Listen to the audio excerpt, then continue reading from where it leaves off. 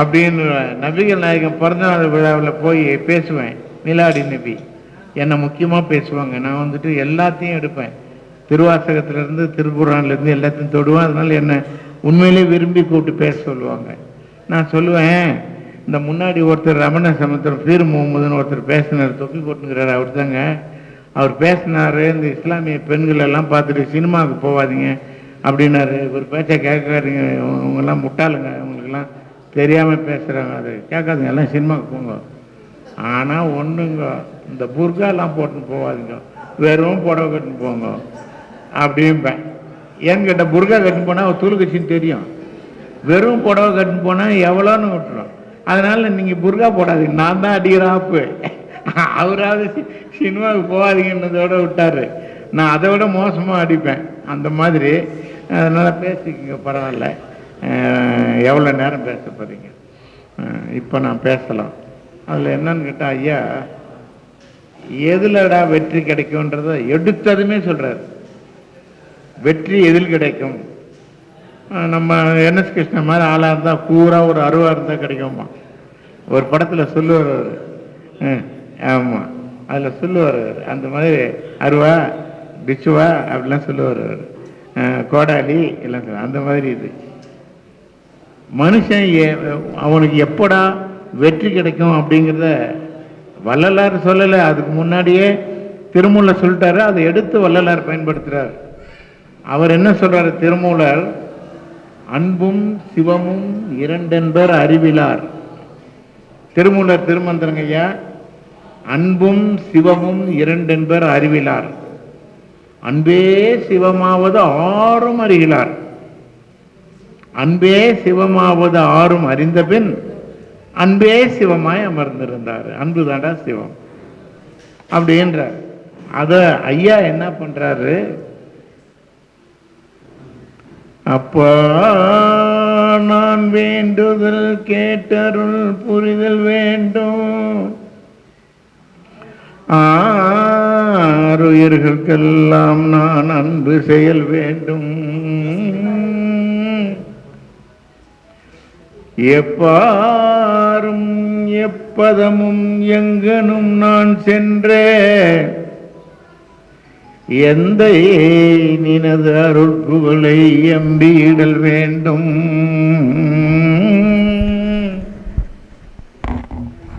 செப்பாத மேனிலை மேல் சுத்த சிவமார்க்கம், செப்பாத மேனிலை மேல் சுத்த சிவமார்க்கம், திகழ்ந்தோங்க அருட்ஜோதி செலுத்திடல் வேண்டும்.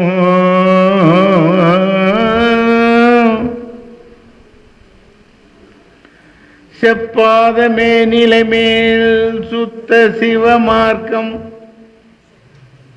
திகழ்ந்தோங்க அருட்ஜோதி செலுத்திடல் வேண்டும். தப்பேது நான் செய்யணும் நீ பொறுத்தல் வேண்டும், தப்பேது நான் செய்யணும் நீ பொறுத்தல் வேண்டும். தலைவர் நினை பிரியாத நிலைமையும் வேண்டுவனே. பாடுறார் ஐயாவுடைய பாடல். அப்பா நான் வேண்டுதல் கேட்டு அருள் புரிதல் வேண்டும், ஆறுயிர்களுக்கெல்லாம் நான் அன்பு செயல் வேண்டும். புல்லிலிருந்து மனுஷன் வரைக்கும், ஒரு உயிரிலிருந்து 6 உயிர் வரைக்கும் எல்லாத்துக்கும் நான் அன்பு செயல் வேண்டும். அது செய்யறதுனால செப்பாத மேல்நிலை மேல் சுத்த சிவமார்க்கம். இதுவரை யாரும் சொல்லலை. மேல்நிலை என்பது சுத்தமான சிவம் இருக்கும் இடம். சுத்த சிவம் என்பதை ஆங்கிலத்தில் என்ன சொல்றோம்? ஆக்சிஜன் சொல்றோம். புரியுதுங்களா? ஆக்சிஜன் சொல்றோம். அதை தமிழ்ல என்ன சொல்றோம்? அதுதான் பிராணன். அது சம்ஸ்கிருதத்தில் பிராணன், அபானன், வியானன், உதானன், சமானன், நாகன், பூர்வன், தேவதத்தன், கிருகரன் 10 வாயுக்கள் இருக்கு. அதை சம்ஸ்கிருதத்தில் சொல்லுது. அப்ப அதுல இந்த பிராணன் என்று சொல்லக்கூடிய மூச்சு, உயிர் மூச்சு இருக்க, அது இல்லைன்னா எத்தனை கிலோ வெயிட் வேணாலும் இருந்துங்க, அவ்வளோ வேஸ்ட். அந்த வெறும் எலும்பு இருக்கக்கூடிய எலும்பு கூட இல்லை, வெறும் சதையா இருக்கிற சதப்பிண்டமும் இல்லை, எதுக்கும் லாய்க்கு இல்லை. அந்த பிராணம் தான் எல்லாத்துக்கும். அது சொல்றாரு, செப்பாத மேனிலை மேல் சுத்த சிவ மார்க்கம். இந்த உடலுக்குள்ள நெகட்டிவ் பாசிட்டிவ் ரெண்டும் இருக்குது. ஆக்சிஜன் இருக்குது, கார்பன் டை ஆக்சைடு இருக்குது, கரிமில வாயுவும் இருக்குது, பிராணமும் இருக்குது. அப்போ நீங்க எவ்வளவுக்கு எவ்வளவு இந்த கார்பன் டை ஆக்சைடை குறைச்சி ஆக்சிஜனுடைய லெவலை அதிகமாக்குறீங்களோ அவ்வளவுக்கு அவ்வளவு உங்களுடைய உடல்ல இருக்கக்கூடிய கருவிகள் தேய்மானம் குறையும். உடல் கருவிகளுடைய தேய்மானம் குறையும். அதுல குறிப்பிட்ட சில கருவிகளுடைய தேய்மானம் நிச்சயம் குறைஞ்சு ஆகணும். ஆயுள் நீடிக்கும். அந்த ஆயுள் நீடிக்கிற வேலையத்தான் ஐயா வந்துட்டு பல சூழ்நிலையில நமக்கு வழிகாட்டுறார். அது அத்தனைக்கும் எதிராக நமக்கு துணை இருக்குதுன்னு சொன்னாக்கா ஆக்சிஜன் துணை இருக்குது. செப்பாத மேனிலை மேல் சுத்த சிவமார்க்கும் திகழ்ந்து ஓங்க அருள்ஜோதி செலுத்தி இடல் வேண்டும். அருள்ஜோதி செலுத்துதுன்னா என்னது? இதா? அது இல்லை. இது வந்துட்டு என்ன விளக்கு? அவர் சொல்றது அருள்ஜோதி. இது நம்ம ஊத்துனா எரியும். அருள்ஜோதி யார் ஊத்துனா எரியும்? இறைவன் ஊத்துனாதான் எரியும். அப்ப அவனை போய் பிடிக்கணும். அவனை பிடிக்கிறதுக்கு வழி என்ன? எங்க போனாலும் நெகட்டிவ் பாசிட்டிவ் இருக்குது இல்லை? இந்த லைட்டுக்கு வந்து நெகட்டிவ் பாசிட்டிவ் இருந்தால் தான் எரியும். இதுலேயும் நெகட்டிவ் பாசிட்டிவ் இருந்தால் தான் எரியும். ஒன்று வந்துட்டு தீட்டு குச்சி, இன்னொன்று தீக்குச்சி, இன்னொன்று எண்ணெய். ரெண்டையும் சேர்த்து நமக்கு செலுத்துறது திரி. புரியுதுங்களா? அதுதான் சொன்னாங்க. சப்ஜெக்டுக்கு நேராக வந்து உட்கார்றேன் நான். சைவத்துக்கு சொன்னா சரிகை, கிரிகை, யோகம், ஞானம். அதுக்கு பாடினாரு, சரிகையில் ஈசன் சரவடிவாய் நின்றான், கிரிகையில் மந்திரத்தில் கிட்டி அருகிருந்தான், ஊனமில் யோகம் தன்னில் உள்ளொளிவாயே நின்றான், ஞானமதில் நானாகி நான் அருட்பெருஞ்சோதி அருட்பெருஞ்சோதி தனிப்பெருங்கருணை அருட்பெருஞ்சோதி. கருணை யாருக்கிட்ட இருந்து கிடைக்கும்?